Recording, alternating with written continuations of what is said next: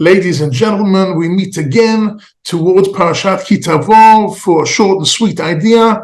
A very exciting moment in the beginning of the Parashat talks about the mitzvah of Bikurim, bringing our first fruit to the Beit Mikdash.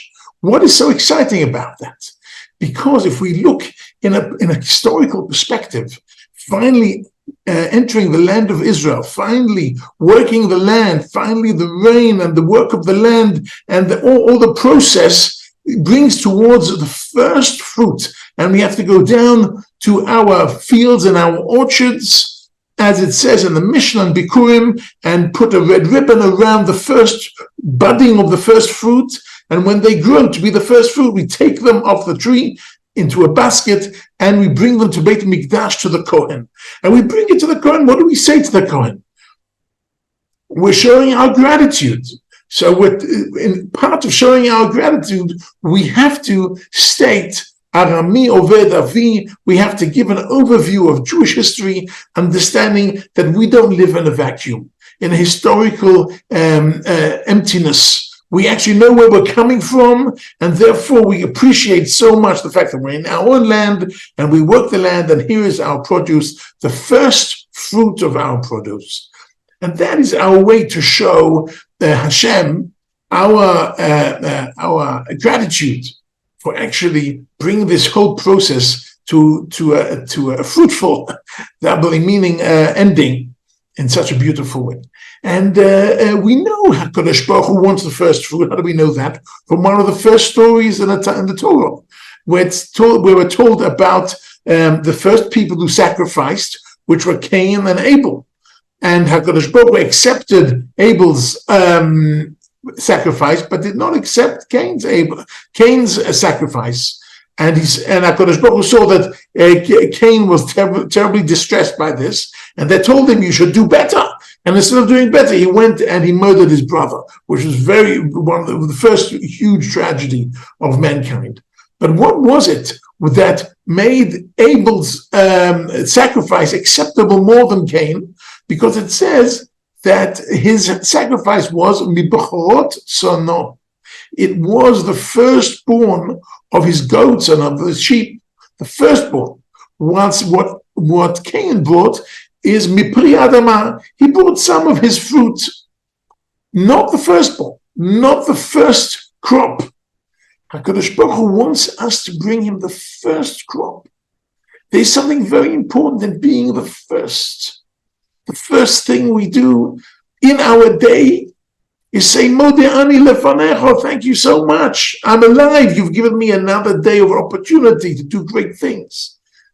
We all the time thanking HaKadosh Baruch Hu for a new day, for a new week, for a new month, for a new year, for a new 7 years and Shemitah, sabbatical, for a new Jubilee year, 50 years. We live in these cycles.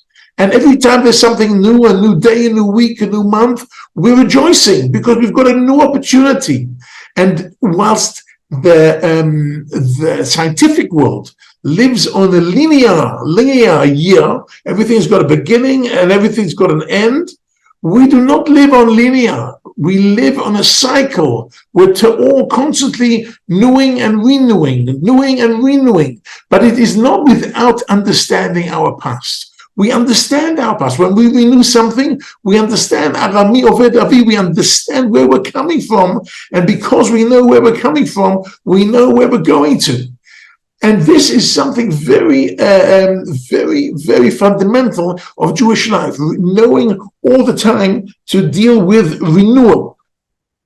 And the Sefer Chinuch in Mitzvah Shin Yud Aleph 3:11 talk about the Mitzvah of Rosh Hashanah. We're coming up towards Rosh Hashanah, and what is so exciting about Rosh Hashanah? What is so positive about Rosh Hashanah?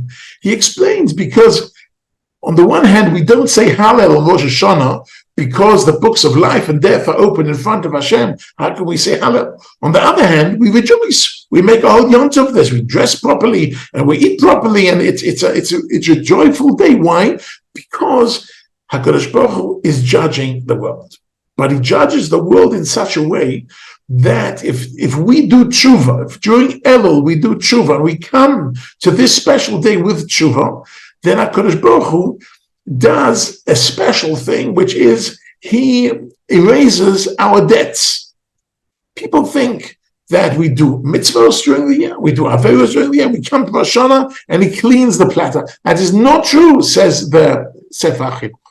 All the good deeds are there and they'll be there forever. The only thing that is erased are the negative, only the negative. So we're continuing the next year, the positive that we had the previous year. We're all the time climbing.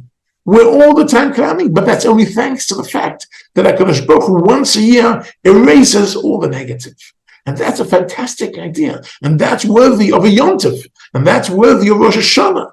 And that's why it is a special day. And even though we don't say Hallel, we look forward to Rosh Hashanah, we blow the shofar, and we dress properly, we go to shul, we sing, we're happy, because HaKadosh Baruch Hu is actually erasing all our negativity.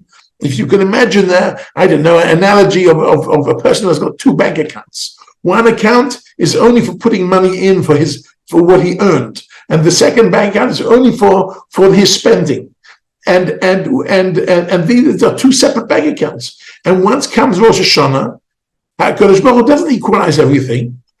What we've earned, our salary, is still there in the account. Only our spending, only our negative is being erased. So this is a especially happy day, and we look forward to this day in a great.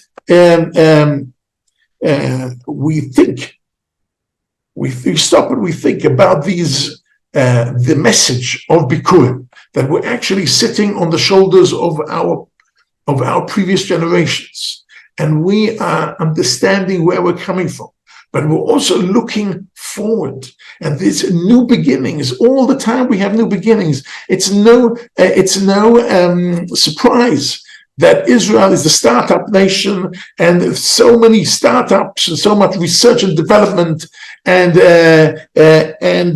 innovation centers are in Israel, because we're all the time renewing the day, renewing the week, renewing the month, and now soon we'll be renewing the year. We Rosh Hashanah. We're looking forward in optimism, and with this optimism, we look to the end of days, and the end of days is Mashiach.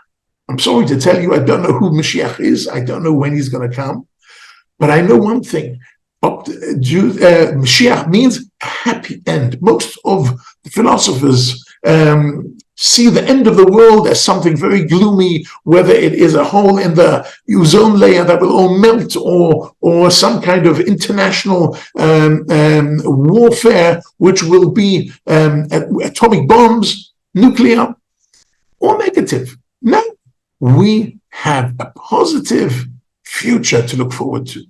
A positive future to look forward to that hopefully will include bringing Bikurim on Shavuos, between Shavuos and Sukkot. We can bring these Bikurim and say to HaKadosh Baruch Hu, here our first fruit. And we appreciate the fact, because we know where we're coming from and we know where we're going to. Wishing you all K'tiva v'chatima tova, a beautiful new year.